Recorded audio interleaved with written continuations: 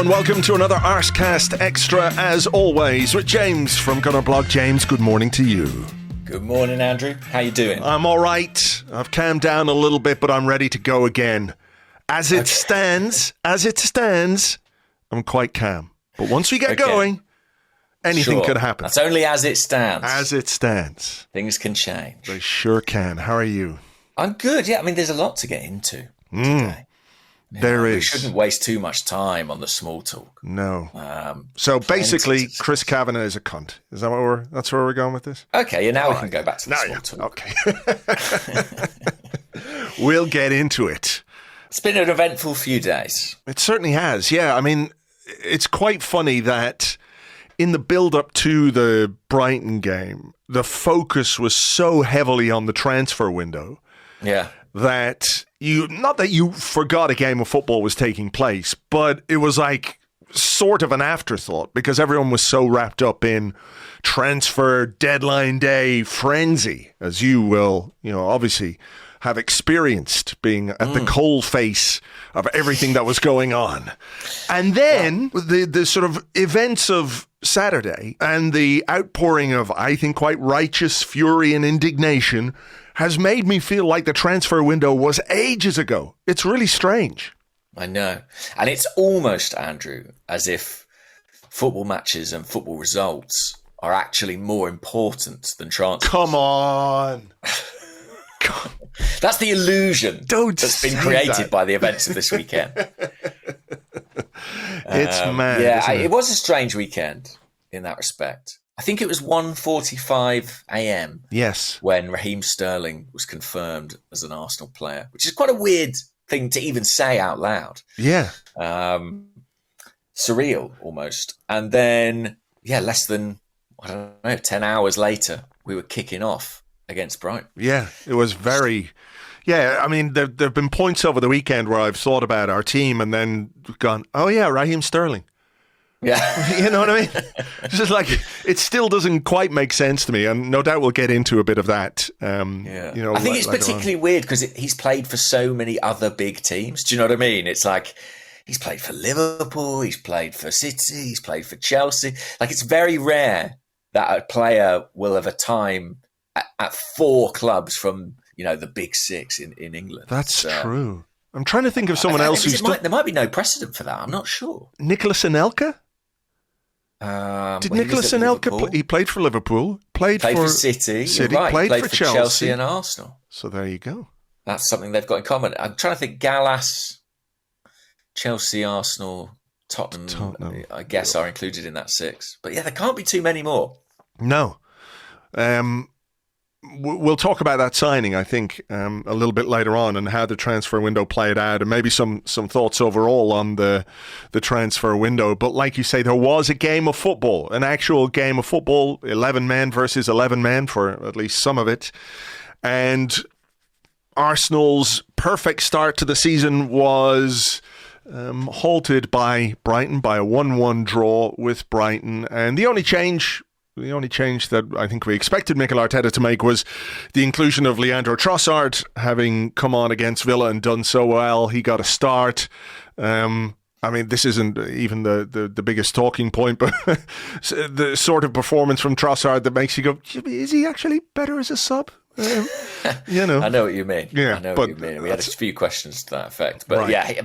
But equally, if you'd polled Arsenal fans before the game, I think the vast majority probably would have been in favour of him starting this one. For sure. And he did start, and it was... Who was the sub, by the way? You were texting me the night before saying, I can't work out who the last sub's going to be. Salah. It was Saladin. Yeah, Saladin, yeah. Because suddenly... I mean, another thing that happened this week was Mikel Merino got injured in training.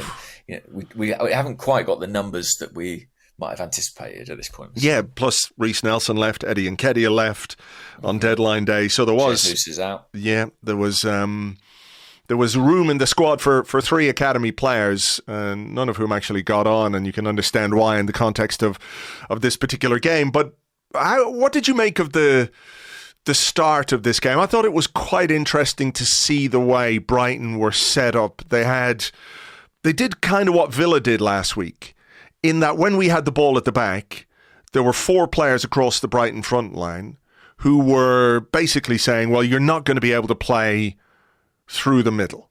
We're not going to let you play through the middle. And that's kind of what Villa did last week at Villa Park. This time around, I thought it was really interesting the way we said, okay, we're not going to go through the middle. We're going to go wide, and we're basically going to go wide to Bukayo Saka, who in the opening maybe 15 minutes of this game gave Jack Hinchelwood a fairly torrid time. Maybe a couple of opportunities we could have done a bit better with in that opening 15, 20 minutes. But I thought it was interesting to note that when we were cut off, those central areas were cut off to us, we immediately said, okay, let's go wide then. And that space on the right-hand side that Saka had over and over again was, I guess, not something we see a great deal because of how teams usually set up against him. No, that's true. And I thought he had a scintillating opening to the game, and it looked like Hinchelwood was going to have an absolute nightmare of a 90 minutes against him. And arguably, we could and should have maybe taken more advantage of one or two moments where Saka got the better of his man on that side. But I thought we started really impressively in that regard. The game, for me, started to kind of change the ebb and flow of it a little bit when there were 2 injuries in quick succession. I think James Milner went off, and then Martin Odegaard went down and received some treatment. And as it can often do, I felt like the momentum shifted a little bit in those moments. We weren't able to get at Brighton quite so easily. Yeah, I think the Odegaard injury obviously had an impact on him because he seemed to struggle afterwards, and not like 2 minutes before the kick he got on the knee. He had a brilliant chance to score, but didn't quite make the right connection with his right foot. I think it was a Trossard cross from the left-hand side. There were a couple of moments when Saka maybe could have got a better shot off, a better contact. And the Odegaard injury affected him, and I think it did affect our momentum because he's usually so influential. But I also think Milner going off, counterintuitive as it might sound, was a help to Brighton because the guy they brought on, whose name I can't remember right now, he, was a little more energetic, and he gave the midfield, the Brighton midfield, a bit more dynamism, I think is the right word. Yeah, I think that's true.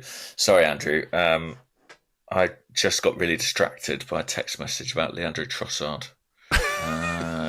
This is like the podcast equivalent of the guy on TNT Sport talking about who's texting Ali McCoist all the way through the game. It's like, oh, look at this famous person texting you, Ali McCoist. Oh, look at that famous person. That, I have to say, that guy is the most annoying commentator in the world.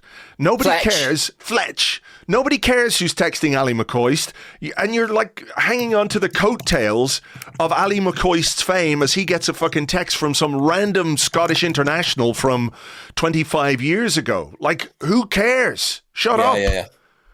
I'm with you on that. And I apologise for doing anything that has invoked the spirit of Fletch on the podcast. That's a very grave error. Was that was the text about the reported bid from a Saudi club for Leandro Trossard? Was that what it was? Right. It's real. It's very much real. And I don't think it's something that he's entirely opposed to. So we'll have to see how that develops. Arsenal's position is that he's not for sale. Well, that's the right position. That is the right position. I mean, it's unthinkable, right, to let him go? Of course. It would just leave us way too short in attack, and I think he is a valuable player, whether he starts or comes off the bench. So whatever his personal preference might be, I think Arsenal are well within their rights to say, absolutely not. You're not going anywhere. This is the sort of thing that if it had come in last week, maybe you have a different conversation with the player. But right now, absolutely no way. I agree. But his personal preference to be a bajillionaire is not our problem. Exactly. He's a well-paid young man as it is. Yeah. We were talking about the way the injury and the substitution Yeah. I think the guy's name is Yassin Ayari. So he's the guy that came on for Milner, and I think he just gave Brighton a little more pace, a little more dynamism in midfield. We were a bit on the back foot after the Odegaard thing. Brighton had a spell, didn't they, where they were quite good in that first half. There was a chance for Mitoma, I think, who shot wide with his left foot. It was a kind of a weird header back towards his own goal from Kai Havertz, but we scored a very good goal. As the game got towards half-time. Bukayo Saka, it reminded me a little bit of, do you remember Mustafi and Aguero? Yeah, the little bump. The little bump. In the Carabao Cup final, yeah. no less.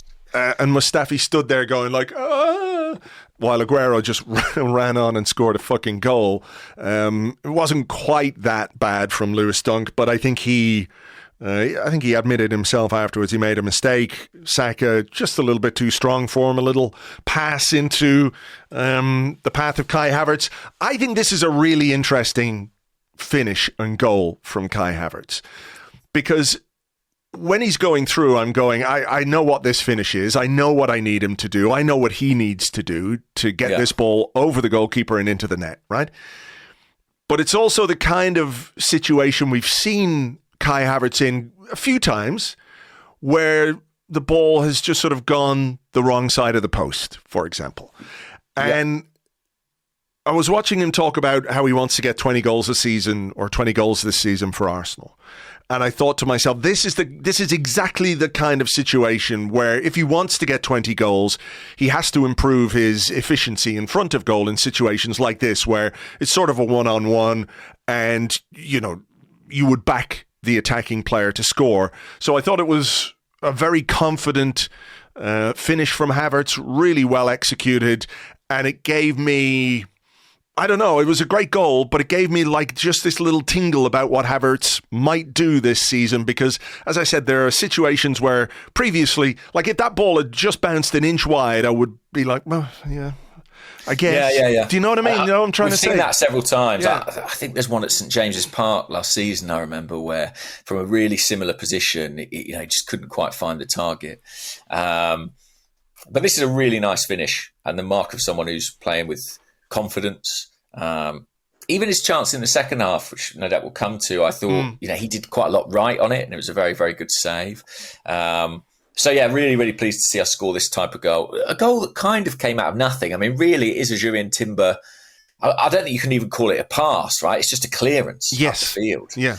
And Saka turns it into something. But I think to be an elite team, you have to be able to score these kinds of goals that aren't meticulously crafted, but come as a consequence of being direct and physical. And you spoke about, Brighton sort of blocking our build-up and using their shape to congest the pitch. Well, sometimes you go a bit more route one and it can be effective. And big credit to Saka for the challenge that kind of gets the ball into Kai's path. And then I agree with you, a really, really nice finish. And I think the sort of finish we certainly wouldn't have seen from Kai in the first half of last season. No. I think it's excellent, and I think it does say something about his growing influence in this team as a player at Arsenal. And I was really delighted, obviously, to see the goal, but delighted to see him just execute that chance the way he did. Very clinical, very efficient, just perfect.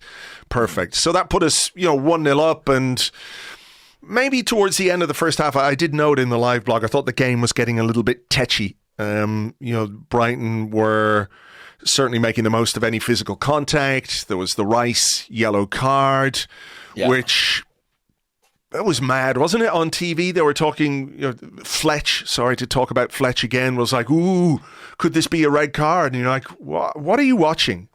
What are you actually watching? Like, that's a yellow card.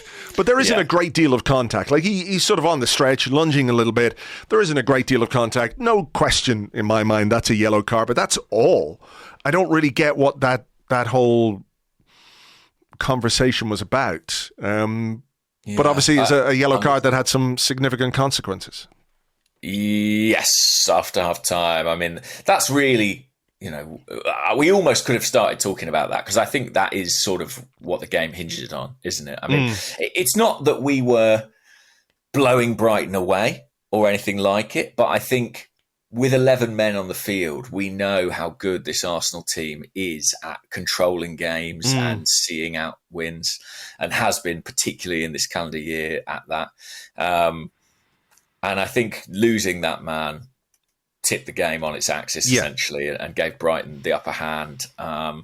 So, yeah, it's the biggest incident of the 90 minutes, and one I'm sure you have strong feelings on. I certainly do, because I think it's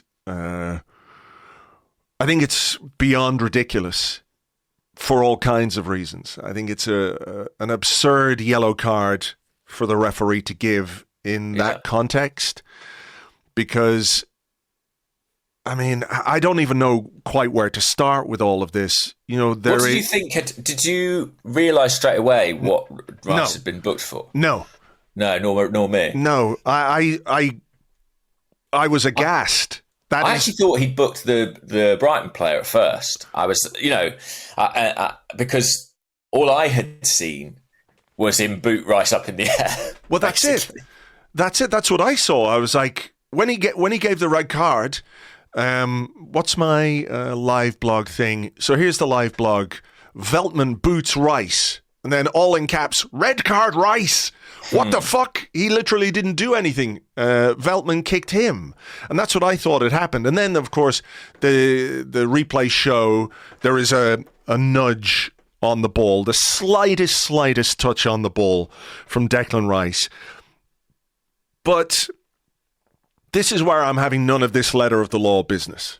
I want no part of it, because I think it's just absolute bollocks. It's just complete bollocks, because the letter of the law was not applied in the first half when João Pedro kicked the ball away.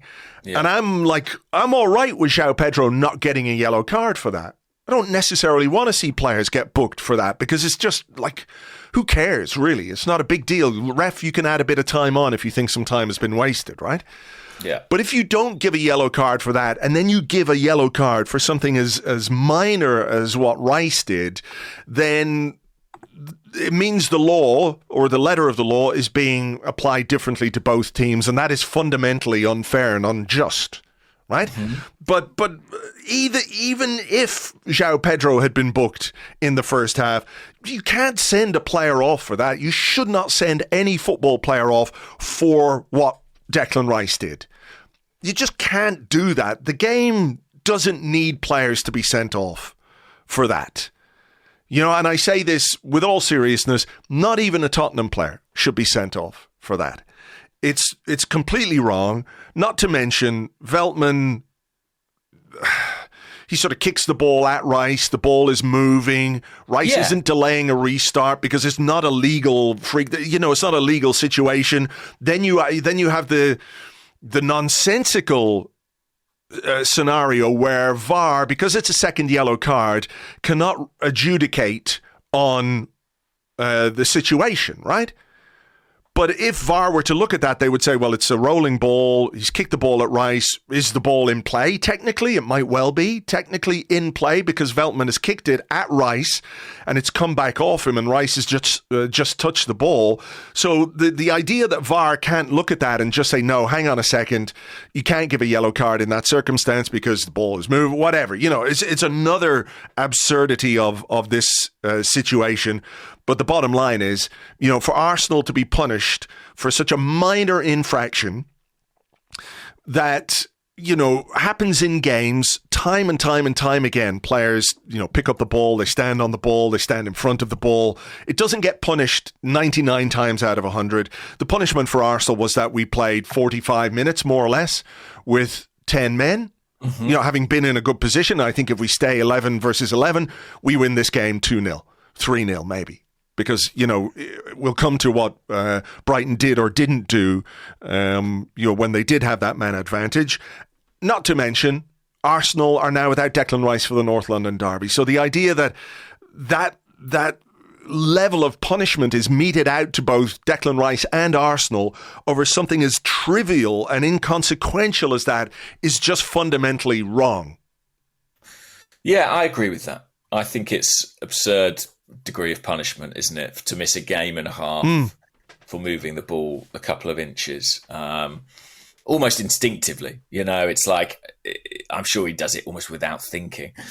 My take on it is slightly different from a lot of other people. I know that Bukayo Saka came out and said, all we want is consistency, and Mikel Arteta said it's the inconsistency that drives him mad. I do hear that, but and I think if you just purely want like objective, straight, the rules are the rules, letter of the law refereeing, then I guess consistency is the aim. For me, what I don't want consistency, I want common sense.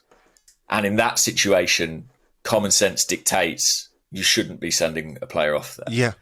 I think what happens with Veltman and Rice is basically some handbags, isn't it? Yeah. It's like, it's a little scuffle.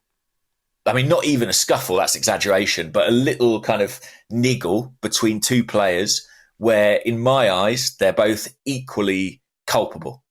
So, Veltman is smashing that ball against Rice, and Ali McCoist, I thought, illustrated it very well on TNT Sports. There is no pass on. There is no pass on. That is not an attempt to play the ball. No. It's an attempt to get Rice in trouble. Should the referee not recognise that for what it is? Yeah, completely. Like if simulation is deception of the referee, well, this is also effectively deception of the referee.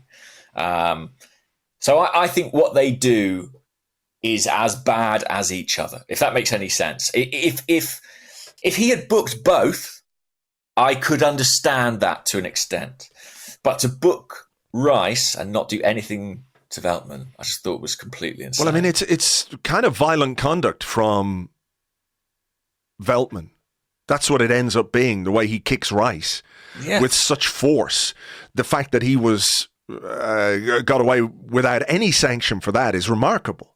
Even if Rice touches the ball, it's ridiculous. I saw Clive make a very good point about how Michael Oliver, and I'm not here to defend Michael Oliver because we all have our issues with that guy, but the way he dealt with that situation last week when McGinn booted the ball at Saliba and Saliba booted the ball, or Ben White booted the ball back at McGinn, right? And there's a little bit of a kerfuffle and you can see the players coming together, and it was a potential sort of flare-up between the two teams, and the referee came over, applied some common sense.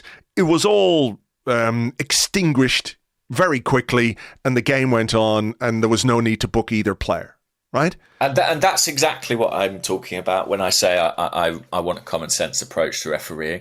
I want game management, and every game requires different types of management. For me, that is the skill of the referee.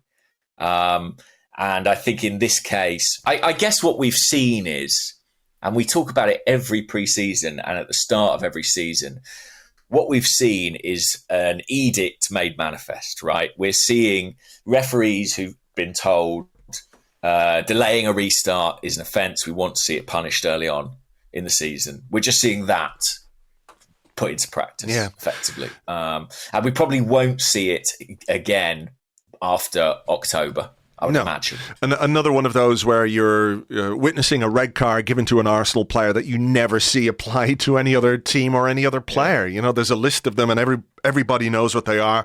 I think the other thing, just sort of expanding on your point there about common sense, is that when you look at the replay, I've watched this back so many times, and the way Chris Kavanagh looks at Declan Rice and he basically says, you touched the ball, you've given me no choice. You've given me no choice here. What am I supposed to do? This is what drives me fucking mad. What am I supposed to do? Well, you could just go and have a word and nobody would complain. Do you think there would have been an outrage like, why didn't Declan Rice get sent off for tipping the ball? Nobody would be having that conversation this morning. Whereas the referee has discretion to apply the rules, in a common sense way, a sensible way. He could have had a word with both of those players, just said, listen, calm it down. Declan, you're already on a yellow. Let's just, take it easy here. Instead, he sort of is making out that this is something that he is compelled to do by the laws of the game. And that's not the case. It's not the case. Referees can apply discretion. And, this is why the letter of the law bullshit kind of falls down for me, is that if officiating is applied by the letter of the law in every game, in every incident, in every moment of every game, football would be fucking over. It would be ruined. What happens at every corner or set piece? It's either a free kick out or a penalty. One or the other, depending on, which offence the referee believes is the most egregious. Because there's so much pushing and shoving and players, barging each other out of the way. If that's what letter of the law refereeing gives you, it doesn't make any sense to me. No, I'm totally with you there. I think that look from the official to Rice is probably about the fact that apparently players were briefed on this, in pre-season. So I do think, Rice was quite upfront after the game. I don't know if you saw the quotes, but he was quite apologetic and took a lot of responsibility. I think that's the type of guy he is, frankly. I'm not sure he quite needed to do that, didn't. But he obviously felt he did. And it's the first sending off of his career. I think it's interesting, you think when you buy a £100 million star of the England team, probably the next England captain, that you might get an easier ride from referees. Oof, certainly England internationals have had that in the past, but sadly not at Arsenal, it seems. Can I just make a point as well about the Brighton manager and his response to this as well, where I think, he's talking about how Rice shoots the ball away, and maybe it's, because it's English is his second language, he didn't quite use the word he wanted to, or maybe he was using a word in a different way, but he doesn't shoot the ball away, right? He touches the ball. But then goes on to say that you can't compare what Rice did with what João Pedro did, even though they're basically the same thing. Okay, different area of the pitch, different scenario, but they both kicked the ball away. I think managers, and we've had this discussion before, and I know it's a pipe dream, really, but managers have the ability to do the game a little bit of service, where he could say afterwards, you know what, maybe players shouldn't get sent off for that. It's so trivial. We don't want to see players get sent off. People pay their money to watch the games and buy their season tickets and buy their TV subscriptions. Maybe João Pedro was lucky not to get booked in the first half, but, this is the decision the referee made, but you don't want to see players sent off for that. It would change nothing about what happened. It would change nothing about his team's performance. It wouldn't put him in the bad books of any referees or anything like that. Instead, he's insistent that this was a red card. He's insistent that his player did nothing wrong. And I know managers are self-serving and they look after each other, but I do wish sometimes they would just, be a little more honest rather than that absolute horseshit he came out with. Yeah, I think that's fair. I mean, how many times have we said, until football gets beyond kind of tribalistic standpoints on things, it's very difficult to make improvements. And I honestly think when you look at where this yellow card happened, how quickly it happened in the second half, the fact that Rice was on a booking already, I imagine that was a conversation, to be honest. Look at the Arsenal players who are on yellow cards. Anything we can do to get them a man down, to maybe a foothold in the game. I mean, that would be entirely logical. That's what I'd want my manager to say. And I suspect coming out and defending it publicly is probably just a kind of, enforcement of that. But it was a kind of staggering series of events. And I forgot that VAR couldn't intervene. So I just kept thinking, oh, well, this will be overturned in a second. Do you know what I mean? Like, this will be resolved. I mean, this can't be right. They can't uphold this. Yeah, but they did, and we can't appeal it. And Rice is now out for the North London derby, and we do have a bit of a midfield issue, but we'll come to that, I think. Yeah. Obviously, then, there was a period of instability after we went down to 10 men, and Brighton took a bit of an advantage of that with the equalising goal. It's a very good pass from Lewis Dunk, but I think Ben White is pulled out of position a little bit. The ball gets between the two centre halves. I'm a bit sympathetic to Gabriel in that it's one of those where if he goes in more strongly, he runs the risk of denying a goal-scoring opportunity, I guess. Yeah. Maybe he could be a little bit stronger in the tackle. Maybe Saliba's caught out a little bit. And then I think after the initial shot from Minta is saved by David Raya, I'm looking at Thomas Partey and his either lack of awareness. I don't know how a player of his experience can be that switched off, but I didn't enjoy his lack of response to João Pedro running straight past him. And this is like a worry I've had about Partey, and I think I've said this to you or maybe said it on other podcasts. The way that players can run beyond him now is a real concern to me. And I think in this situation, he switched off and didn't do enough to prevent João Pedro getting to the rebound. Maybe he wouldn't have stopped him, but if he put him under a bit of pressure, you just never know. Yeah, I agree. I mean, we spoke about Morgan Rogers doing it last week for Villa and how effective he was kind of breaking from midfield into attack. And I felt like João Pedro did a similar thing, maybe not quite as effective, but there were certain moments where he really threatened and obviously got the goal here. It was too easy for Brighton, to play that pass right up through the centre of our team. I don't think anyone comes out of it looking particularly good. I do feel that Partey is a concern, especially off the ball, how straightforward it's becoming to move beyond him. I've had a few people on the internet tell me I've got an agenda about it, but my agenda is just that I don't want us to look vulnerable through the centre of the pitch. Yeah, I'm with you on that. Yeah, and I think we have done with him in that position. And there is a lot of other stuff he brings on the ball. I just don't know if it quite adds up. Equally, I don't know how much choice we've got at the present moment. No, we don't have not much. We'll come on to that, in terms of the midfielders we have available. Yeah. And yeah, they score. I mean, I saw a couple of people saying, could the keeper have got it further away? I'm not so sure on that. It's a point blank save, basically. Yeah, it's like straight at him. There's only so much he can do, short range. And they get their goal pretty swiftly. And I'm not sure we'd really sort of established any sort of shape or patterns at that point in time with the 10 men. Well, they were preparing Ricardo Calafiori to come on. Yeah. As really? He was literally waiting to come on. Yeah, he was waiting to come on at that point. Which, he did, and we took Trossard off and went to a back five. And I know we had a little bit of a conversation about this. On WhatsApp on Saturday. I did have a question about this as well, which I think sort of makes this point. I know it was from the Discord. I can't find it. Let me just see if I can go onto the Discord and find it. I can't find it at all. But basically, oh, here it is. Here's one. It comes from Soul on the Discord, but that wasn't the one I was looking for, but this is very similar. He goes, whenever we go down to 10 men, I always think we go to complete defensive lockdown. Surely we're better than that. I remember Palace away last season, Liverpool away a few seasons ago. Surely we could do more rather than park the bus. For example, City, when they go down to 10, still look like 11 players.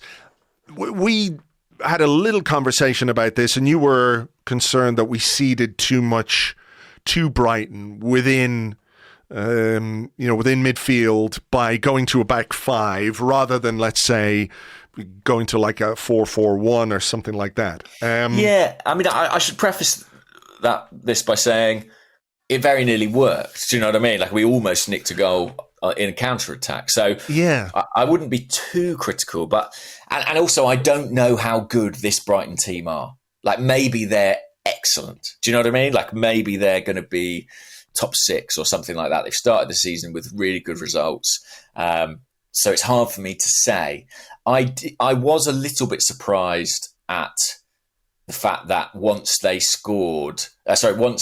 had 11 men, the game swung quite so dramatically. Like, I feel like I have seen Mikel Arteta teams acquit themselves better with 10. Yeah, I mean, you can't always tell how that's going to go, 10 versus 11, My feeling on this is that Mikel Arteta looked at his bench and he looked at the Brighton team and this is where I think, had we had a fit Mikel Merino, I think he would have come off the bench in this game to go into midfield. Yeah. However, against 11 men, Brighton with lots of quick, fast players, my gut feeling was that he thought Jorginho and Partey in midfield, they don't have the legs to keep up in that context.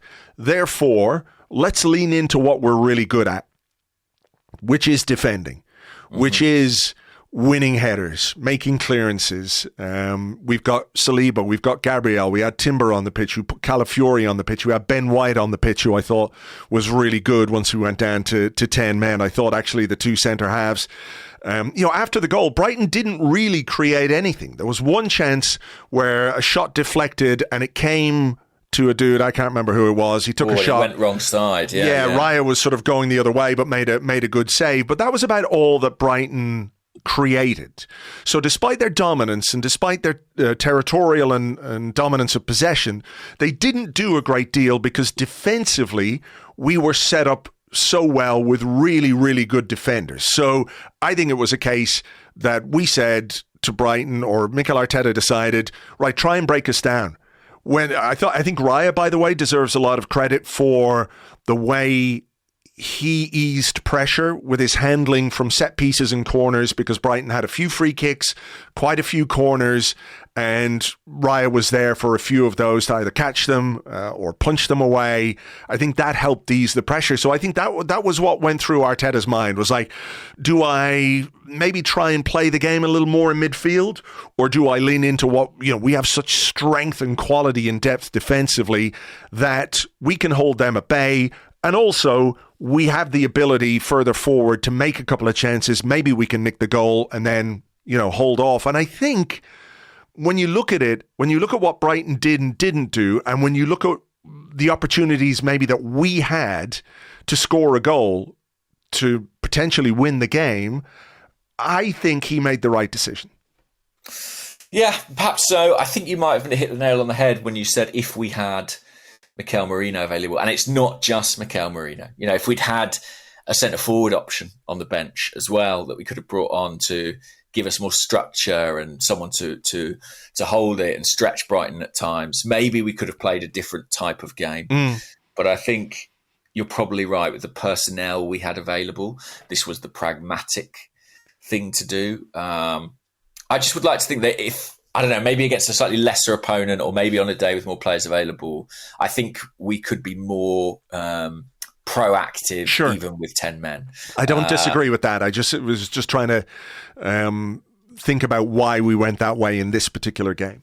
Yeah, and don't get me wrong, I think deciding effectively that a point it was better to sort of protect a point than go all out for 3. I think at this stage in the season, I think that was wise, especially with what we've got to come. And we very nearly did get 3. We did create a couple of opportunities on the break that might have won it for us. Yes, there was the Kai Havertz chance, which I think he did very well to make for himself. He got onto a pass, controlled it really well, drove towards goal. It was one of those where I was sort of like, I was half thinking in my mind, given the way the Brighton player was hanging on to him, I was like, go down.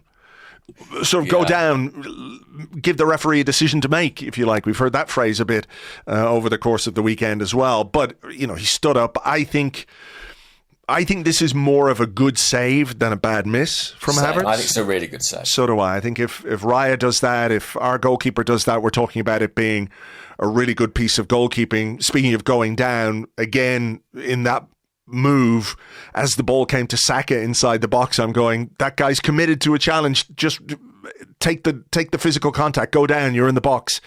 But, he backed himself to have a go at goal, and it didn't quite work out. And then there was the chance for Saka at the back post. Again, Havertz did so well. Right foot, by the way, with that cross all the way to the back post, put the pace on it that he needed. Saka just on the stretch.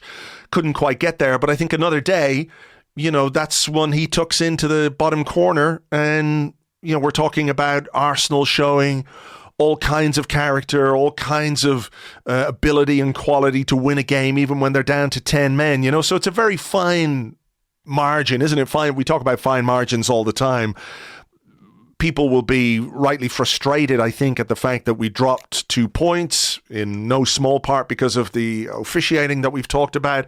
But we could have won it. We could easily have won it. And I think, for all the talk of the discussion, or for all the talk of the red card and the impact it had, I think the way Arsenal dealt with Brighton over the course of that second half, that one moment aside where they got the goal, I think we did really well. I think we played very, very well from a defensive point of view, which I know is not always the most exciting, but to basically shut them out for 40-odd minutes with 10 men, I think was impressive. And I know that's not easy to enjoy or understand or come to terms with when you feel like an injustice has been done against you. But, cold light of day, here we are on a Monday. I think the defensive side of our game, that one moment apart, of course, can be pretty pleased with themselves. Yeah. And I found it really interesting sort of how we lined up in attack, where it almost felt like Saka was kind of the guy who was left furthest forward. Havertz was dropping back and doing a lot of work in midfield, and Saka was almost kind of playing as the striker in the setup. And he did look like the guy who might nick it for us, but wasn't to be. As you said, not hugely threatened at the other end. I agree that Raya's game management was good. The defence, we know they're exceptional defending their own penalty area. And we come away with a point, which is, frustrating. I'm sure there'll be a lot of frustration, a lot of anger among Arsenal fans, because it really, really did all turn on that refereeing decision.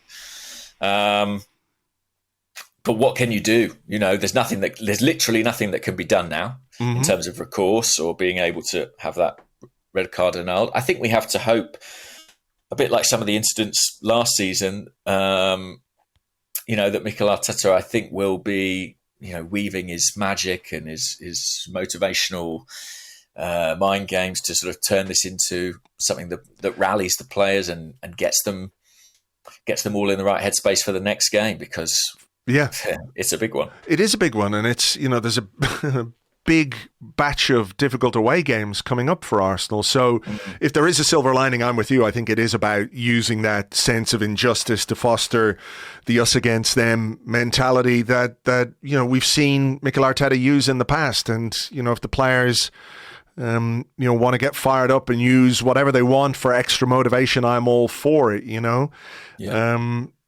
So it is going to be a difficult one, and maybe we've got a couple of questions about what we do with regards midfield.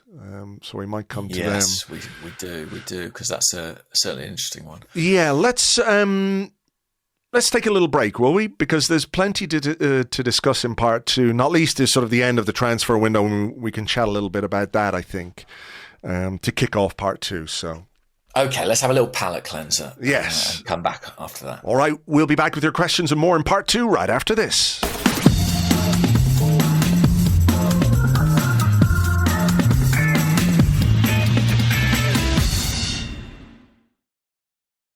Welcome back to the Arsecast Extra. This is part two of the show where we answer questions that you send to us on threads at Gunnerblog and at Arseblog. Also on the Arseblog Discord chat server, which you get access to if you are an Arseblog member on Patreon. Lots of questions about transfers, transfer deadline day. We chatted a little bit about that in the first part of the show. But what about this one from Magnus Holmberg on threads, Magnus_Holmberg_. He said, what are your thoughts around Sterling, 4 days younger than Trossard and with a point to prove? And maybe we could just talk a little bit about, what went down on deadline day and, how it all came to pass. Yeah, I mean... 4 days younger than Trossard, I didn't know that. I have to say, I sort of think in football years, I'm not sure I buy that. Sterling's been playing a lot of football in the Premier League since he was about 17. He feels older than Trossard, even if he's not. I think it was the right thing for Arsenal to do at that point in the window. I think we were short. I think we needed something. I think it made a ton of sense. And from everything I hear, they've got themselves a very favourable deal with Chelsea. Yeah, Chelsea were desperate to get rid. They'd sort of made him persona non grata, basically, while Sterling remained with 3 years on his contract at £325,000 a week. This is a very Chelsea problem, but from what you've reported and other people have reported, they are paying a very, very substantial part of those wages still, while Arsenal, subsidise them, to a much lesser extent over the course of a loan deal. Chelsea paying, from what I hear, a fair bit more than half of Sterling's wage. In fairness to Chelsea, what they're getting from us for Sterling will cover what they're paying United for Sancho. So there is a kind of logic to it for them. But I do think that it's a really good deal for Arsenal. No loan fee, no obligation, very limited risk, really. And I think that's appropriate in this case, because I don't think Sterling, I think we should temper our expectations somewhat. I don't think this is the Raheem Sterling of 5 years ago. As you know, I've got a lot of Chelsea fans in my family, and he's been frustrating for them at times, good at other times, inconsistent, I suppose you'd have to say, albeit in an environment where there's not a great deal of consistency. Yes, exactly. Inconsistency is sort of in the Chelsea DNA endemic. Because of, Yeah. But broadly, I think smart thing to do, very practical solution. And I was really struck by Edu, who said after the deadline, he was very transparent. This is not a deal we thought we were going to do at the start of the summer. Which, often even if that's true, clubs won't admit it. Do you know what I mean? They'll say, no, long-term target, always part of the plan. But I think this is so clearly kind of opportunistic. And might even have been something that Chelsea, I don't actually know the ins and outs of this, but it wouldn't surprise me if Chelsea were pushing this more than Arsenal at certain points in time, because Sterling, they had to get him out. He wanted to stay in London. There's only so many places he could go. Which would have really obviously strengthened our hand.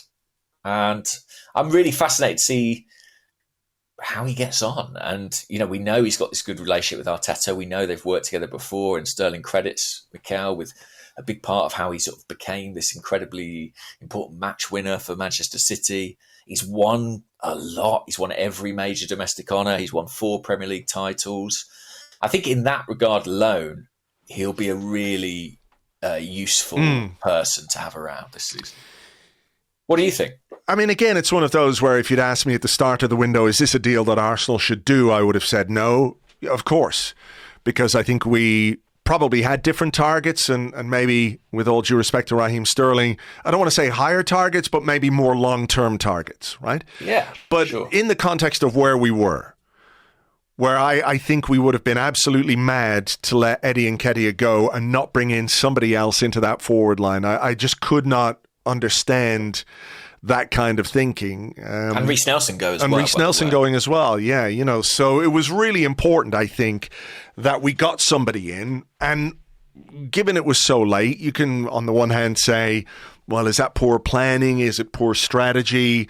Is it maybe also indicative of the market in terms of who is available and who are realistic players that you can bring in? I think it's been a weirdly slow or underwhelming attacking market in this summer. There haven't been too many players who've moved around where you're going, oh, I wish we got that guy, I wish we got that guy. You look at someone like Xerxes, for example, at United, and right now you're going, fuck, what? Thank goodness. So in the context of where we were in the transfer window and who was available, I think it makes a lot of sense. I'm with you in that I think we might need to temper our expectations of what he's capable of. But at the same time, there's part of me that wonders if within a more structured environment, where was Raheem Sterling at his best?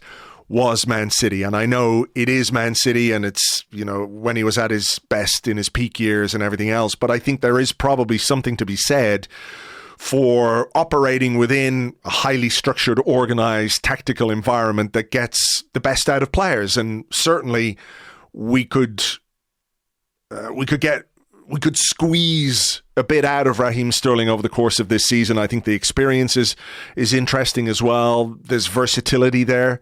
He can play on the right. He can play on the left. He has played down the middle. So he gives you that sort of depth, if you like. So I was pleased with it on the day, even if, you know, or even a week ago, you would have had to go some to talk me into it. It is how you have to apply the context of what was going on deadline day as well, and the state of the squad to sort of allow your brain to rework itself, to accept things that you wouldn't normally have accepted, right? Yeah, because, you know, if you wanted to kind of be down on it, you would say, oh, another aging player from Chelsea, right? You know, like, how many of those are we going to go through? But I think in the circumstances, it was the right deal. And you know, those circumstances as well were that about lunchtime, it looked like we was kind of done in the market, you know, with the exception of Neto, which we'll speak about in a minute.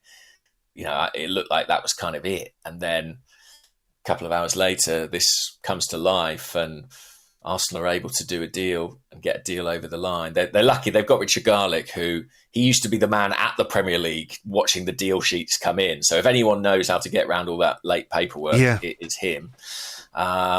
And they got the signing done, and even got a little announcement video shot at London Colney in the space of about 45 minutes, which I thought was very impressive. Shout out to the media team. Well done, the content crew. Yeah, they did well. But I'm intrigued to see how he got on. You know, I said we should temper our expectations, but equally, I you know, to allow myself to dream.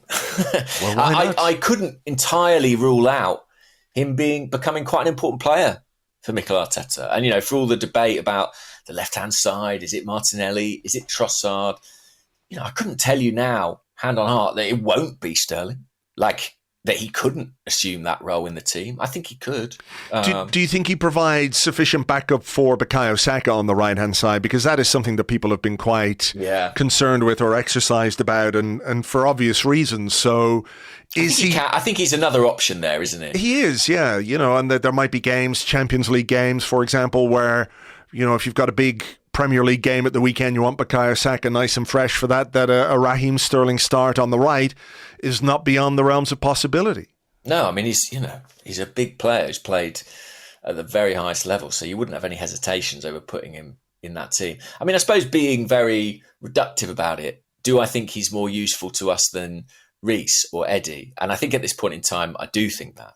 So I think it was the right move. I mean, do you think they still should have kept Reece? Like, do you have any nagging concern over that? Or do you think we've got enough numbers now?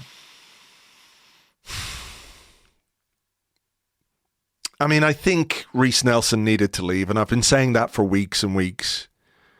Years and years? Even years and years. But I do think he was at a point where his career was in danger of passing him by. And I know we're sort of more interested in what's good for Arsenal rather than individuals. But I think he really needed to go. I think his role was peripheral at best anyway. And maybe, you know, 3 months down the line, we could be sitting here going, well, we shouldn't have let him go because we've got an injury crisis or whatever. But, you know, I just don't really think you can think that way if you're bringing in somebody like Raheem Sterling who can play across, you know, all three positions in the front three. So that's why you make that decision based on what you think Sterling can add in terms of depth. So I don't really worry too much about it. And the 3-0 Fulham win over Man City with Smith Rowe, Nelson and Iwobi all on the score sheet is going to, you know, really hit like crack. Yeah. And as for the goalkeeping situation, again, I think a low risk move really to bring Neto in. I think it was the right call. I think the price for Joan Garcia, with Espanyol insisting on the 30 million release clause, was too high. May I ask you a question on that? Yes. Because I'm sure people will have the same question. Given how late the Aaron Ramsdale thing went, why was it a case that Arsenal weren't aware of Espanyol's stance regarding Joan Garcia? And I think I'm with you 100%, by the way, £30 million euros on a goalkeeper with very little top flight experience to come in and play second fiddle basically to the obvious number one in David Raya is not the right way to use the resources that the club has available to it. But why was it a case that Arsenal in the last couple of days or even in the last 48 hours had to scramble to, pull in some old agent contacts to get a deal over the line for somebody like Neto? What was going on with that Joan Garcia thing that we were blindsided, if you like, by Espanyol's stance on this? Should we not have been aware? I think they should have been, because I was aware. And I think anyone who asked Espanyol was kind of aware. Maybe Arsenal took it as a bluff, they took it as a negotiating position. I think the longer it went on, the more it became clear that wasn't the case. They were serious. I think the issue they had as well was that, Joan Garcia was the choice of the goalkeeper coach, Iñaki Caña, and he had rejected a lot of alternatives and vetoed a number of different goalkeepers who'd been proposed. And so that was kind of the bind they found themselves in. They'd absolutely committed to this player on the goalie coach's say-so. They'd sort of promised him they were going to come and get him out of there, and they couldn't do the numbers. They couldn't make numbers make sense. And it basically became an impasse. And Arsenal were very, very, very seriously in danger of having to pull the plug on the Aaron Ramsdale deal. Aaron Ramsdale was in Southampton waiting for paperwork from Arsenal that I think it took 24 hours to arrive while they desperately tried to find a solution. And Edu, in the end, kind of put his foot down and said, right, we're going to do Neto. And I think that was 100% the right call.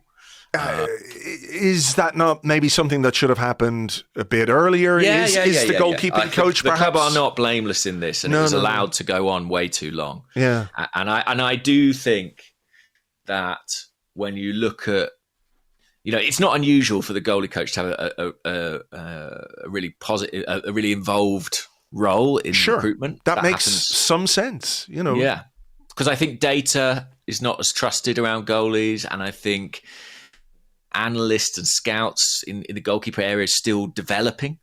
So I think a lot of power still resides with the goalie coach, and it's a very specific relationship that they have.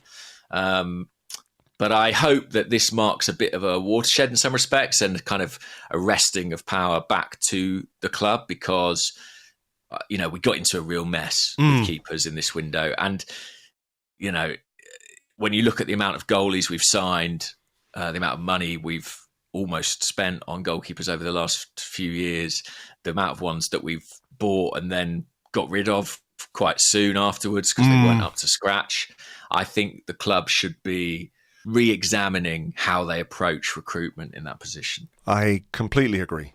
Agree.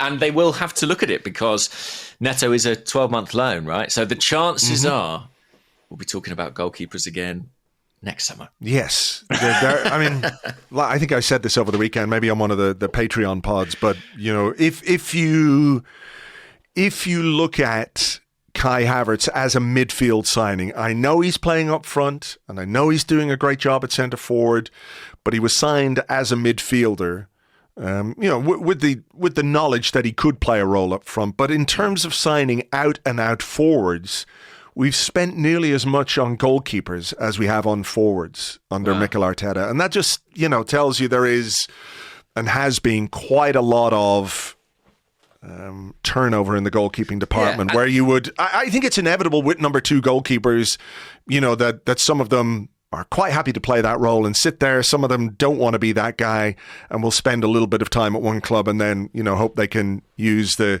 sort of the goodwill that comes with being at Arsenal to make a move somewhere else. That makes a lot of sense to me. But I do feel like there's been perhaps not enough spent on the forward line and maybe too much spent on goalkeepers, some of whom just really haven't been up to task. Yeah, I really think that it doesn't need to be this complicated. You get a good guy, an old guy, and a young guy, and then you can hopefully have some stability. Yeah. And I'd love to think that we can get to that position next summer. If Neto does okay in his time here, maybe he can be that old guy. Maybe he can be part of that group. And it's Tommy Setford who's making up the numbers essentially as the third choice. And I'm sure that would be a great experience for him to be regularly training with the first team group. Who knows? That might actually turn out to be a blessing in disguise in some respects. But what I like about the Sterling deal and the Neto deal is that in a situation where Arsenal were in a real bind and they needed something urgently, what they've not done is made a massive financial commitment to a player they're not entirely sure about. Sure. They've got short-term deals that are relatively low cost, relatively risk-free, and they can be shot at those players in 12 months should they not work out. Mm-hmm. And I think that's quite healthy. Yes. Yeah, you're right. It means we have more flexibility, right, going forward in terms of our spending, because we did actually manage to bring in a fair amount for sales this summer. Yeah, that's true. I mean, let's sort of broaden it out very quickly and just talk about the window as a whole. Like, how do you feel about it in the cold light of day? Like, I know there was a deadline day frenzy, and as much as anybody, and I've said it earlier in this podcast, I really felt like we needed to bring somebody into the forward line, right? Yeah. But I also I couldn't necessarily connect with so much of the anger that was doing the rounds, because ultimately one player can make a big difference, but it is just one player. It wasn't like I felt if we didn't get a forward that we were somehow going to get catapulted back to the Mustafi era. No. But the Merino injury, I think, played a part in it sort of clouded how we felt about the window, because we were expecting this guy to be ready and in the team and in the squad. And, he's a big, experienced player, so we'd have all felt a lot better about it. I do think the Merino injury played a part in that. But I was not going to say I was happy, because I wanted us to make a signing, but I didn't think the window was as bad as it was being made out. No, I don't think it was either. I think I could understand people feeling a little underwhelmed coming into Friday. I couldn't necessarily understand people like, this is the worst window ever, Edu must go. I'm certainly not in that boat. I think the Merino injury is a big factor. I think the Gabriel Jesus injury as well puts a different complexion on the squad, doesn't it? Not only in terms of like right now, we don't have him available right now, but also I think what it kind of flags up as a possibility for the remainder of the season. It's just a really kind of timely or untimely, depending on how you look at it, reminder of his physical fragility that he's exhibited in his couple of years at the club. And it stings. Like after a summer of, Mikel saying he's come back in great shape, he's found new motivation, for him to then just pick up a problem in this, 4 weeks or whatever it's going to be, it feels like it's a real wounder. So assessing the window overall, it's difficult really, because, it's almost in different stages. Deadline days kind of became its own entity, right? The final 48 hours was its own mini market. And I think within that, we did okay. Could we have done more over the summer? Yeah, I think maybe. Someone asked me they asked me on Handbrake Off how I would grade the window before deadline day. And I think I said like a 6 out of 10, something like that. And I think now maybe I'd be up at a 7, but I wouldn't really go much further than that, because I don't think we've solved. I think we've got some issues in the squad that are still going to be issues next summer. Goalkeeper, we're still going to need to enforce the attack permanently at some stage. And I find it hard to imagine it will be Sterling.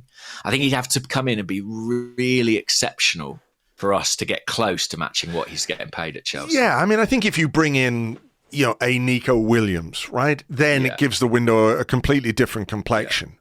Yeah. That kind of a high-profile attacker would obviously have a big impact. But, we went into this season, we've discussed left-back.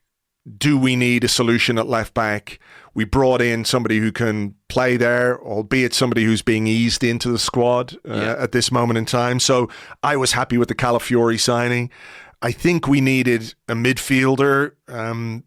You wrote a little bit about how maybe the focus initially was on bringing in a 6, but when you've got Jorginho, when you've got Thomas Partey, and when you've got Declan Rice, and you can't find the upgrade, not to mention the fact that you haven't been able to, let's say, move on one of those 2 veteran players, you've got to do something a little bit different. And I do think that the Merino injury is just such bad luck and is so unfortunate, because I feel, and I'm sure many people will agree, that over the course of the season, probably the midfield trio we would see the most of is Rice, Merino, and Odegaard. I feel like that's the way that midfield was going to be shaped up.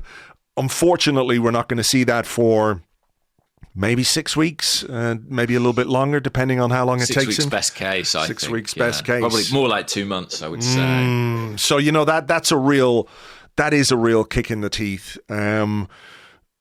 So I don't think you can take points away from the window because Merino got injured. It's just one of those really unfortunate bad luck things.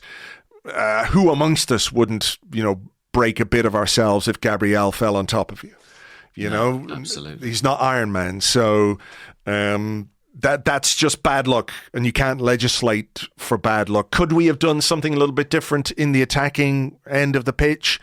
I think we could have, but I also think Arsenal's strategy over the last 2 or 3 years has been to not compromise when we can't get the player we really, really want, or not do something that I know we've pivoted and we've made some decisions in the transfer market. When we haven't been able to get a major target, we've gone a different direction. But at the same time, we haven't gone out and spent huge money on a player who maybe isn't going to be the guy for 4 or 5 years. So I think what's helped us make progress is a more strategic outlook on recruitment, and not snookering ourselves by signing a player who's like, maybe he's the guy, maybe not, but still spending a load of money on him. So from that situation, I kind of am okay with where we've landed with Sterling.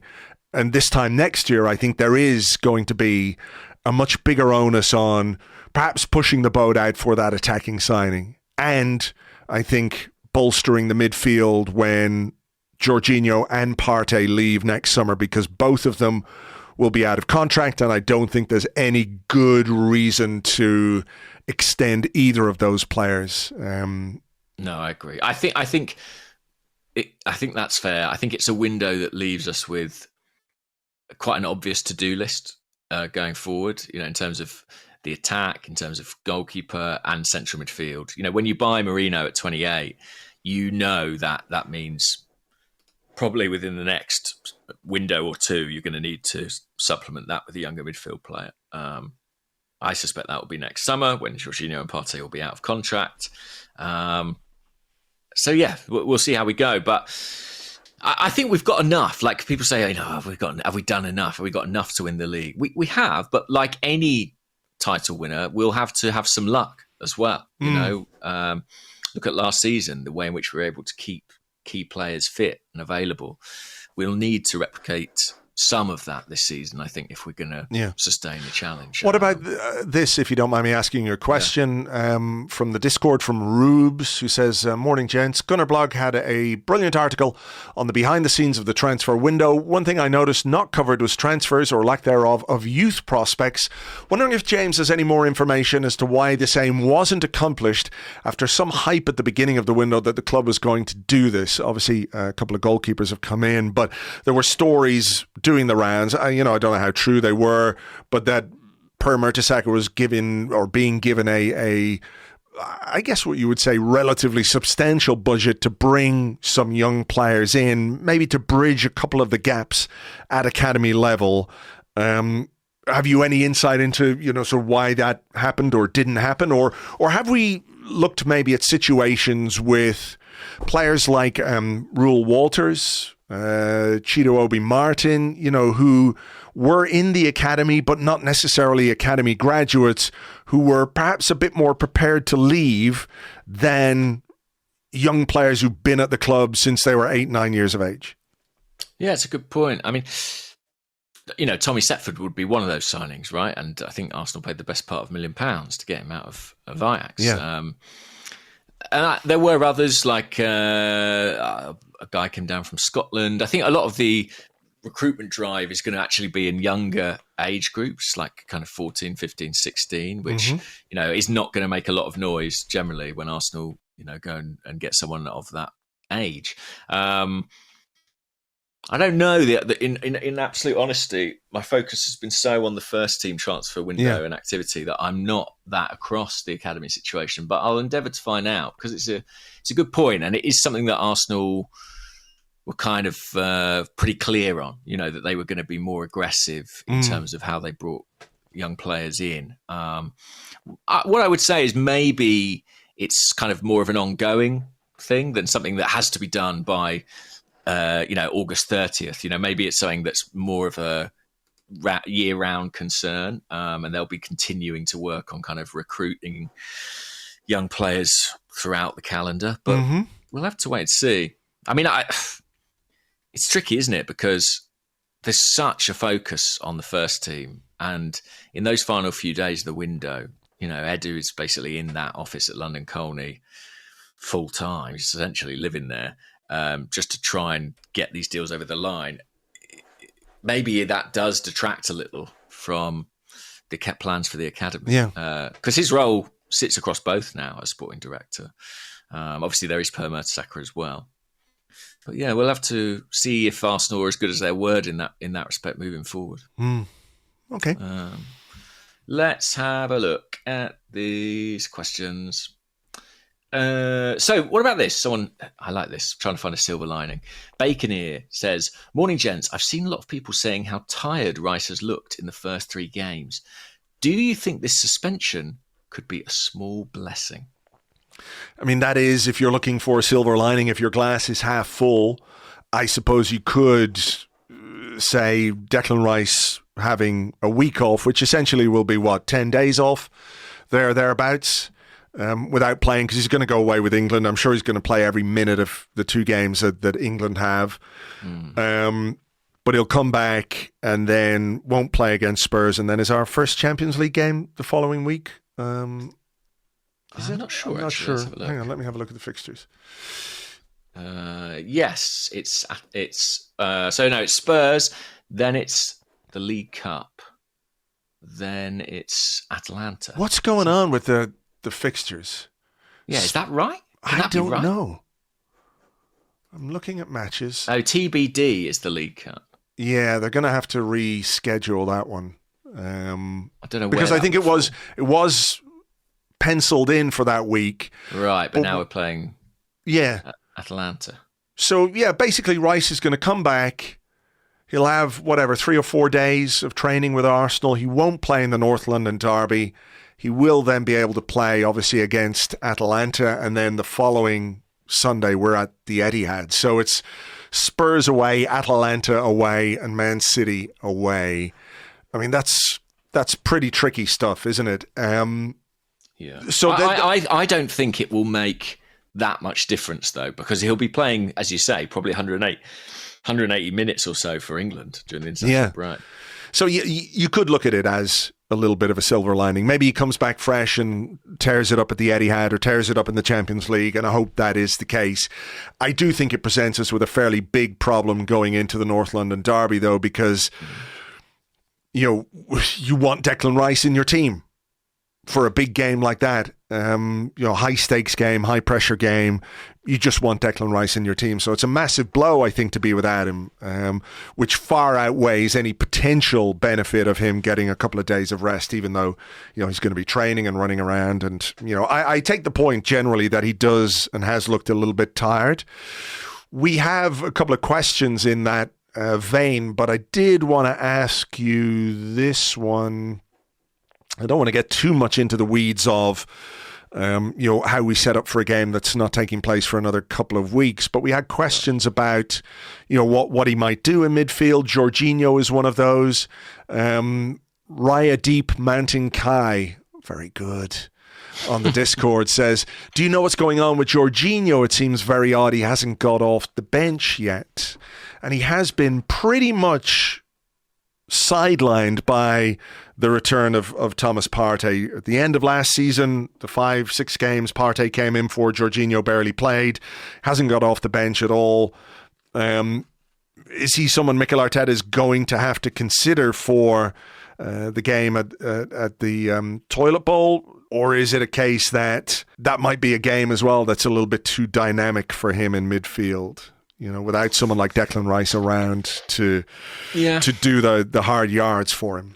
I think it depends what sort of condition Jorginho's in. I mean, maybe he's carrying something. You know, it does seem odd that he's not even being used very much from the substitutes bench. You know, he played in one of the home games against Liverpool last season as that kind of left eight, ostensibly. You know, he played almost a double pivot, really, with Rice at the base of midfield, and you could do something similar with Jorginho and Partey. I think if Gabriel Jesus was available, then Mikel Arteta would put Kai Havertz in midfield. Yeah, I think that's it. I think for the physicality, for the legs, for the energy and the drive and all those things, covering the ground, I think he would be the right fit. So maybe a lot depends on Gabriel Jesus. Yeah. If Gabriel Jesus isn't fit, I guess you can still do that and play Leandro Trossard, maybe, as a false nine, or Raheem Sterling. This guy called Raheem Sterling, who apparently plays for us now. I think it's a tough one. When you look at Rice and Merino, I think in them you see the kind of midfield profile that Arteta wants. And I think in both of their absence, the closest thing we have to emulate that is Kai Havertz. We'll see. I do have another couple of questions around this, though. H. Mooland 2 on Threads says... morning, guys. Ignoring the red card, has anyone else noticed Rice's involvements in games so far this season have dropped quite noticeably? Last season, he averaged nearly 78 touches per 90 in the Premier League. This year, it's only 43 touches. Games seem to be passing him by, and I've long thought that number 8 was his best position, but now I'm not sure. It makes the Merino injury a little bit more frustrating. And there was another one here from the Discord, which has come from... God, I can't find anything today. It comes from Sebi, who says, can either of you explain what Mikel Arteta is trying to do with Rice? This role where he pushes high up on the left to create space and act like a decoy feels like a complete waste of his skill set. So much of our build-up is also slowed down because we don't have a player to drop into the pockets to turn and progress on that side. Rice's best performances have been as a 6 or in a double pivot, even with Merino out. I remember against Liverpool there was a game where Jorginho played left 8 and Rice 6, and I thought it worked really well. So... yeah, just mentioned that. I mean, I think that's a little bit unfair, that second question. I think that Rice has really shone at times in this position, which is slightly more advanced. Certainly in the second half of last year, I think he was really good. Last season, I mean, not the calendar year. I also think if Merino was fit, we as you suggested, I think we probably wouldn't be seeing a great deal of Rice in this position. I think he'd be sitting into that number 6 role and Merino playing further ahead. Without Merino being available, I'm not so sure that is what will happen. It was a big part of the summer. You know, what's the decision on Declan Rice? Is he an 8? Is he a 6? From what I hear, they didn't really arrive at a conclusion in that debate. Although I think the Merino signing certainly gives you an indication as to what they're thinking. What do you think his best position is? Because I think it's 6. I think he is... Look, he's obviously a very skillful player. He's contributed with goals. He can pop up in those areas on the left and make those late runs. But I think when you look at the squad that we have, who is our best number 6? And I think by some distance, based on what we've seen from the other players in that position, it is Declan Rice. So I think the Merino injury obviously has played a big part in this, and we may need Rice in that 8 for a little while yet. But I think going forward, once Merino is back and established, I think the decision that we have to make with Rice is pretty obvious for me. I'm not saying he'll never play there, but I think his primary role should be at the base of the midfield. Well, that's what they bought him for. I'm not so sure. And genuinely, I'm not saying I think he's definitively better as an 8, but I do find it quite hard to say. I think I maybe suspect that his best position is something that doesn't necessarily exist in our current system, where like if he played in a proper pair in midfield where there was genuine kind of balance and alternation in terms of who dropped deep and who pushed on, I actually think that is what would suit him best. And part of me wonders if when Merino is fit, might we see something akin to that, where instead of being as predictable as we always play out through Rice, it's more a case of, well, one can drop in and one can push on, and they operate like more of a partnership in that respect. Does that then have the knock-on effect of requiring Martin Odegaard to play perhaps a little more centrally in a, not what you would say traditional number 10 position, but get him into more central positions? Does that then take away from how he might operate with Ben White and Saka? Or, there's been an ongoing discussion about what we do on the left-hand side and how we attack down there. Does giving Odegaard the ability to operate perhaps with a little more sight of that side of the pitch expand our attacking horizons a bit? Yeah, maybe. I mean, I think it's difficult to pin down. I'm not saying I necessarily think we'll go to like a flat 4-2-3-1 and that's what it'll always look like. It'll be a phase by phase thing depending on where the ball is on the pitch. Players will have different positions, but I just wonder if, Merino is very technically comfortable. He's someone who's able to receive the ball in quite tight spaces and make good use of it.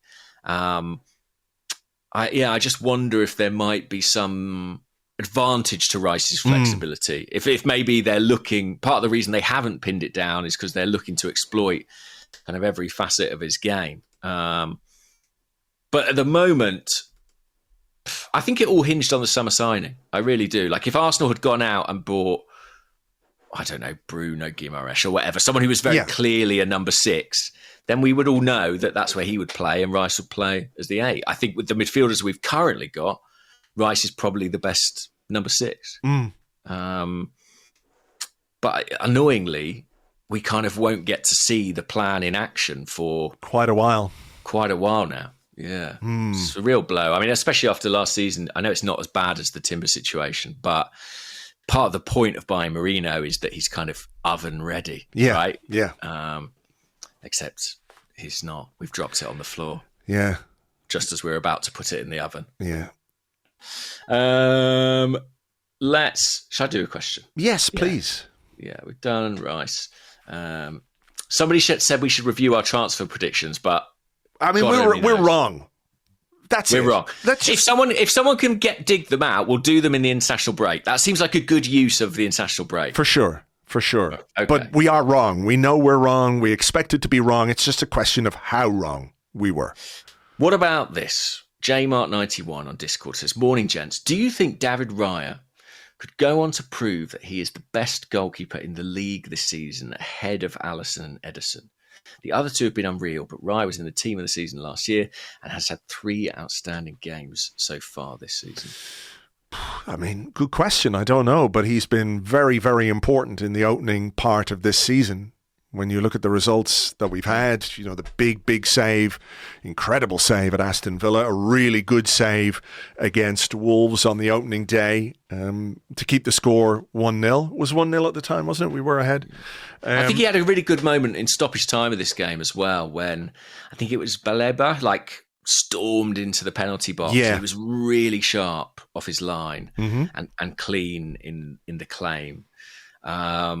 I think he's had an excellent start, and I honestly think that, I know he was good second half of last season, but I think the degree of clarity over his position, both in terms of him being a permanent Arsenal player at this point in time, but also Aaron Ramsdale, he was fully out the door now, but certainly had 1 foot out the door in the first few matches of the season.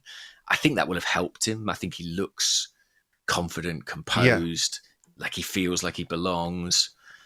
I think that what does he have to do to be the best keeper in the league? I mean, he was in the team of the year and he won the Golden Glove.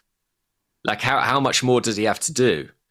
I mean, that discussion is, I don't want to dismiss the question, but it's, slightly fatuous in that everyone will, have their own opinion about who the best goalkeeper is. And is it Alisson because, he's been part of a brilliant Liverpool team for a long time? Is it Ederson because, he's been part of a machine like Man City winning, title winning team? I think those things maybe give the longevity of those two at the very top level gives them the edge over David Raya. But if you ask me, am I happy with David Raya and am I happy with what he brings to the team? I absolutely am, having, been a little unsure last season as to whether or not the rigmarole around the goalkeeping position was worth it. And here I am. We are a bit later, rather, and I do think it was. And I wish Aaron Ramsdale, lots of luck at Southampton. I think he might well need it there. I think he's going to be busy. He's going to be a busy lad. He's going to have a chance to shine. That's one way of putting it. Well, that's it. But I think what Raya brings, both with his shot stopping, his ability on the ball, and as I said in part one, the sort of the slightly underappreciated aspect of goalkeeping, which is being proactive from set pieces and corners, which just goes such a long way to easing pressure.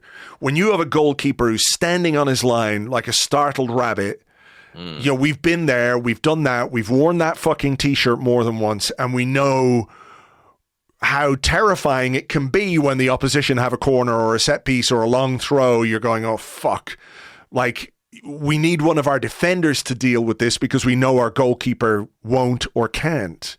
Whereas with Raya, like there may come a time where he comes for a cross from a corner or a set piece and he makes a mistake and makes a misjudgment and it goes wrong. But I would rather have the guy who's coming and claiming 99% of those than the guy who sort of slightly unsettles the defense because he doesn't do anything. Yeah, let me rephrase for you. At some point, it will go wrong. At some point, he will come for something and not get there, or he will play a pass and it be cut out. But those are the exceptions, right? And I think when those times happen, you have to remember how much that proactivity helps the team the majority of the time. As for like the perception of him being the best keeper in the league, the way you change that is by winning things. As you said, what Alisson and Ederson have going for them is their trophy haul, essentially. If Raya can pick up a few pieces of silverware, then perceptions will begin to shift. Yeah. Can I ask you another one? Yes. I thought this was really interesting. It's from Big Red Arsenal on Threads. And they say, hi, chaps, you have to start the same player on the left for our next 10 games. Do you pick Martinelli to play him into form, Trossard for guaranteed goal contributions, or Sterling as the wildcard option? Well, that is such a difficult question. It is. It is a really difficult question because my gut feeling would be Martinelli to play him into form. Is it? That's my gut feeling on this because I do think there is a very solid argument to be made about Trossard as an impact sub from the left-hand side. I think Trossard's best starts, I could be completely wrong about this, but my sense is that many of Trossard's best starts have been when he's played sort of as a false nine. I have that sense too. Now, I could be wrong. Yeah, it could. Somebody could disprove that completely. I'm at a point with Martinelli where I think we need to start seeing end product from him to give us a bit more clarity about where we are with him and what he might bring to the team in the medium to long term. Because it's been a while now that we haven't seen the best of him. And I realize that there are reasons for that. How long has it been, Andrew? I mean, would you say... Hard to say, isn't it? It's hard to say. I mean, it's such a good season the season before, and he didn't really have a great season last season. I'm just going to quickly bring up his stats, goals and assists from last season. Yeah. Like, we could be talking about a full season, more or less. Was he better before he had that foot injury? I mean, it was a patchy season. No goals for the first 7 Premier League games. He did spend a couple of those out. Scored 5 without a goal. The second half of the season before, he was in really good form. Like looking, the season that ended 2023, he had a brilliant run between February and April, where he scored 8 goals in 10 games. So yeah, we're talking, but I'd say since that spring, he's not really been at his best. No goals in the last 10. No goals or assists in the last 10 Premier League games of last season. Yeah.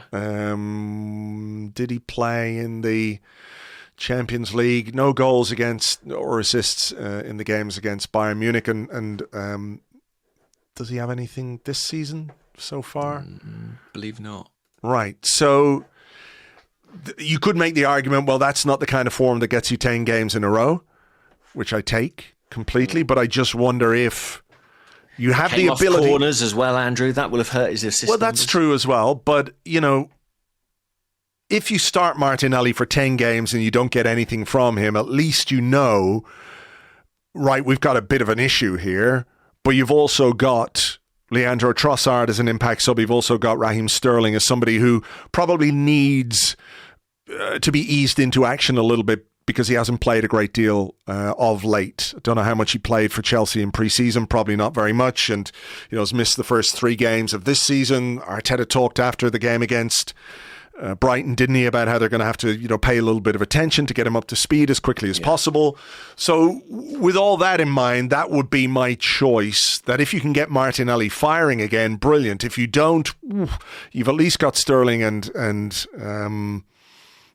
Trossard off the bench if you need them, and then you're able to have probably a difficult conversation about Martinelli going forward, but maybe it gives you that little bit of clarity. And obviously my hope is that if you did start him 10 games in a row, he would start to produce, because I do think he is capable of it. We've seen it before, but we're now at a point where this lack of end product is becoming a little bit of a concern, but perhaps in mitigation, we need more of a sample size from this season to start getting really worried. Yeah, fascinating question. I think, by the way, in terms of Sterling's fitness, I'd be very surprised if the club don't get some sort of behind closed doors game together during this international break, just to give him some minutes. While wrapping all the players in cotton wool and protective, they're going to play in those big... They'll all be playing in hazmat suits. Yeah. But I think they will, to keep the sharpness for the guys who aren't with the international groups as well. Yeah. And in answer to the question, I would probably err on the side of Trossard, just purely on form, especially if we're, not letting him go to Saudi. We've got to throw him a bone, play him in a few games. But make sure he gets his appearance bonus. But I would err on the side of Trossard. But I do think it's interesting. I think that position, particularly with Sterling's arrival, is now so open to debate. And I can't really call it at this point in time. Yeah. I still have faith in Martinelli's talent. And I think, as you say, we've seen it before. But I think the period of time that's elapsed since we saw him at his very best is quite long now. And I am starting to worry a little. Yes, me too. When does a blip, become something else? And I don't know. When does a blip become a blop? That's the thing. Exactly. Are we in blop territory yet? Are we having a blop party with Gabriel Martinelli? We don't know. Let's hope not. Let's hope he can get back to form, because, he's such an exciting, talented player. I really hope that is the case. I understand where you're coming from with the Trossard thing, by the way, as well. But, this is a pure hypothetical, and we don't have to make those decisions which have a meaningful impact on the pitch. And, I think the reality is as well that no player is going to start 10 games in a row unless they're really producing the goods. So if we see Martinelli for 10 games in a row, it's probably a good good thing because he's scoring goals and creating assists. I think we better leave it there because this half of the show has gone on quite long because we had that big transfer window discussion as well. Sorry we couldn't get to as many questions as we might normally do, but thank you as always for sending those in. We will keep you up to date with bits and bobs during this interlull. Of course, we'll have an episode of The 30 for you over on Patreon a bit later on, discussing all the weekend's Premier League action, including the hilarious goings-on at Old Trafford. Oh, man. And Goodison Park as well. Oh, my God. Sean Dyche, incredible. Oh, my God. So plenty going on. If you want to join us for that, it's patreon.com/Arseblog. For now, though, take it easy, folks, and we will catch you on the next one. Bye-bye.